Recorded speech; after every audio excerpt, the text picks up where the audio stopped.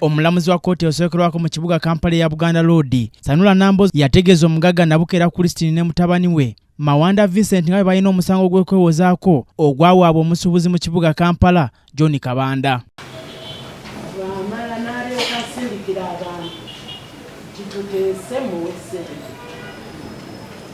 Olwaleero bano balabiseeko mu maaso g'omulamuzi ono bombiriri bano okwewozaako nga Christine Nabukeera yasoose okwewozaako n'ategeeza nti ebimwogerwako byonna bulimba ng'abulidde kkooti eno nga bw'atapangisangako ku John Kabanda n'abalala aboogerwako mu musango guno.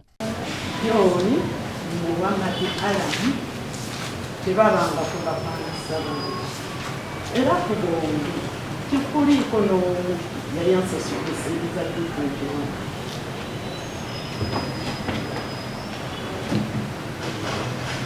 Agamba nti Kabanda ayagala kumwonoonera linnya era ng'alese akatambi mu kkooti ak'omujulizi namba 2 eyasooka mu musango guno. Mbalire Joseph ng'ono muganda wa Kabanda ng'ategeeza nga Kabanda bw'atalina dduuka ku kizimbe kya Nabukeera ekya Nana Center. Bonna bantayiriza sibbangako simenyangako alina ebigambo byayogera nembikwata nembirikodinga nembiwa mutabani wange nabinteera ku ssimu yange. Okujjangako yadde n'olunaku n'olumu ng'obeera n'edduuka Nabugamba okimanyi bulungi nnyo nze ali akola mu dduuka edduuka nterirye agenda agamba wantu nti edduuka lyokunana ekiwano ntirirye lirirye. Omuwabi wa gavumenti musango guno Alan Mukyunguzi akubye ebituli mu bujulizi obubadde mu katambi kano ng'agamba nti ssemateeka wa Uganda ennyingo ebbiri okuli ey'omunaana n'ey'omusanvu erambika bulungi nti omuntu yenna akutte akatambi kano okuleetebwa mu kkooti okukozesebwa ng'obujulizi ateekeddwa okuba n'ebbaluwa okuva mu kitongole ekya UCC n'okuleeta oyo yakakwata n'okwoleka obumanyirivu bwe yakozesa.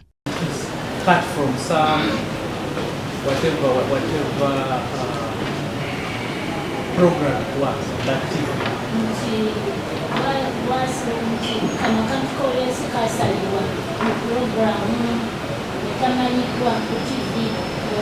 so the question is what else was cut?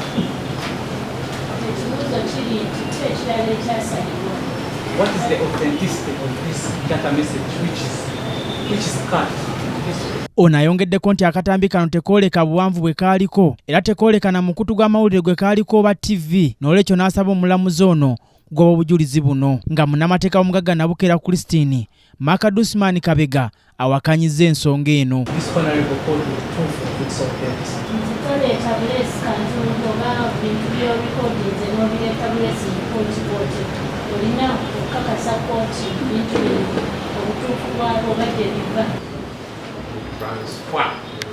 Omulamuzi Sanula Nambozi wano wasinze naawe ensalawo ye n'agoba obujulizi buno ng'agamba nti abaleese obujulizi buno balemeddwa okubukakasa kkooti eno. Kino kisanyudde nnyo abasuubuzi ababadde mu kkooti eno okuli John Kabanda n'abalala ne bategeeza nti Nabukeera kaakano yakubajjuutuka. Amannya agange nze John Kabanda ndi chairman wa New Generation ate ng'essaawa eno nze president wa Federation of Uganda Traders Associations FUTA. Ekisooka kya byonna twebaza ekitongole ekiramuzi nti buli ekigenda mu maaso ng'abasuubuzi tuli bamativu nakyo. Omukyala akaza amaaso mukyala Nabukeera Christine ng'obudde misana ng'ensi yonna eraba n'akakasa kkooti nti abantu abali ku bizimbe bye abawa lisiiti kyatakolangako mu bulamu bwe bwonna mu nsi muno tagabangako ku lisiiti mu bulamu bwe bwonna. Ekyokubiri, nze siina muntu yenna gwe nali mutumidde wabula ye yantumira abantu ng'agamba munzijeyo omusango ngenda ndiyirire. Kino twakikolanga sigini, kino twakikolanga kyakulabirako nga twagala okulaga abantu abo ab'emitima emiyabayaba ababbi abanyazi nti n'omuntu omu ava asobola okufuna obwenkanya. Era nkakasa nti mukyala Nabukeera kkooti egenda kumusiba ng'emuvunaana omusango gw'okubba n'okumenya. Byonna byayogera bya bulimba. Omuntu ne yeekaza emisana tu n'agamba oyo yantumirako omuntu tuteese. Nze yakwata ekkubo n'agenda n'amenya edduuka lyange ate awoza edduuka lyono ate aleeta obutambi nti ate edduuka lyono ate lyani.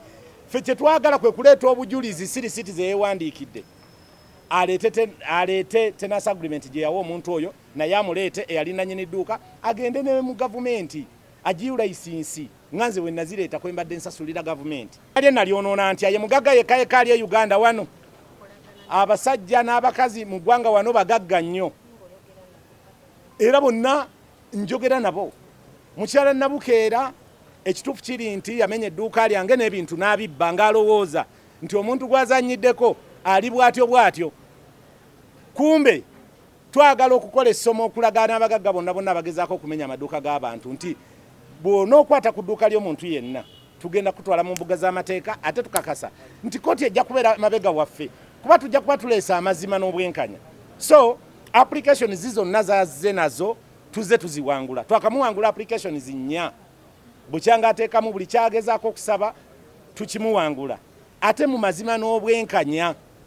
Kati n'ekyali siiti njagala kumubuuza lwaki ayagala okuwa obujulizi nga tebamubuuza bibuuzo naye ayimirira alayire nga nze bwe nalayira nti ngenda kwogera mazima meereere. Eyo sayini eraga nti obujulizi bwali mu kuwa bwonna bwa bulimba. That's why tayagala kumubuuza kibuuzo. Omusango guno gye gugenda okuggweera tugenda kusaba mukyala Nabukeera lusitisi zaawo abasuubuzi abapangisa ku maduuka ge. Mwami Kabega awolereza mukyala Nabukeera tusaba ensonga zino bazikwate nga nsonga nkulu nnyo. Waliwo etteeka eryayisibwa mu Parliament wakati wa landlords n'abasuubuzi nti buli landlord ateekeddwa okuwa omusuubuzi receipt. Kati twagala receipts mukyala Nabukeera zaawo abasuubuzi ze twagala mu kkooti. So tusaba abasuubuzi mwenna ku Mande ku ssaawa 8 mwenna muggweere ku kkooti ya Buganda Road. Twagala okufuna justice wakati waffe ng'abasuubuzi ne ba landlords. Tukoye okunyigirizibwa nga tulinganga abali mu nsi etaliimu mateeka naye gye tugera tutandise okulaba. Bano bagambye nti ekkooti eno gye balinamu essuubi okusala amazima. Omusango guno gwatandika twakiteekawo ffe twali twaguwa emyaka 8 naye tusanyuse nnyo okuba nga tiwe gutuuse gutambudde n'okutambula. Omusango guno twatugugasseeko maama n'omwana kuba omusango baaguzza wamu. Abazadde oluusi pressure zibakuba ne bafa mangu naye tulina obukakafu nti omwana ye ne bwasigala tujja kutunka naye neginaaba emyaka aga. Twagala bwenkanya bw'abasuubuzi asala amazima. Olwaleero twewuunyiza mukyala Nabukeera okuleeta vidiyo nga ziraga empalana eri abawalana Kabanda naye nga bazireese mu musango ogw'okutulugunya abasuubuzi. Kitegeeza ki? Omusango guno gye gugenda okuggweera tugenda kuba tusaba mukyala Nabukeera receipts zaawo abasuubuzi abapangisa amaduuka ku bizimbe bye. Nti amawulire gamwe gasoma kubeerako nti TV gundi yeri mu kusoma amawulire gano naye akatambi kaleese tekayina identity ya TV yonna. Ekitegeeza bintu byaba bigattagatta kubanga era yali yasabadda aleete omwami oyo bakyuse obujulizi kkooti n'egaana. Kati basaza amagezi gonna okulaba nga babuleeta naye tuli basanyu era tuli basanyufu nnyo nti omulamuzi abulabye nti temuli Musa era n'abugoba n'agamba tebujja kubalirwa.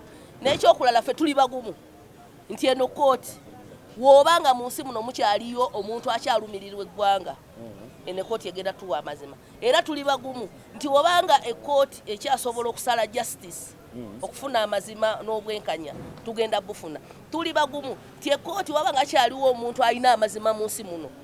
Omusango guno gwakuddamu okutuula ng'ennaku z'omwezi 19 omwezi ogwokubiri omwaka guno nga kigambibwa nti omusango guno gwazibwa mu mwaka gwa 2020 mu biseera ng'eggwanga lyakava ku muggalo gwa COVID-19 abasuubuzi mu kibuga Kampala baatanula okwekalakaasa. Olwo Omugagga Nabukeera nannyini w'ekizimbe kya Nana Center mu kibuga Kampala n'addira okumenya edduuka lya Kabanda okutwala ensimbi enkalu ezaalimu n'ebirala. Nze Omulangira Junju Moses, KTV amalindirire.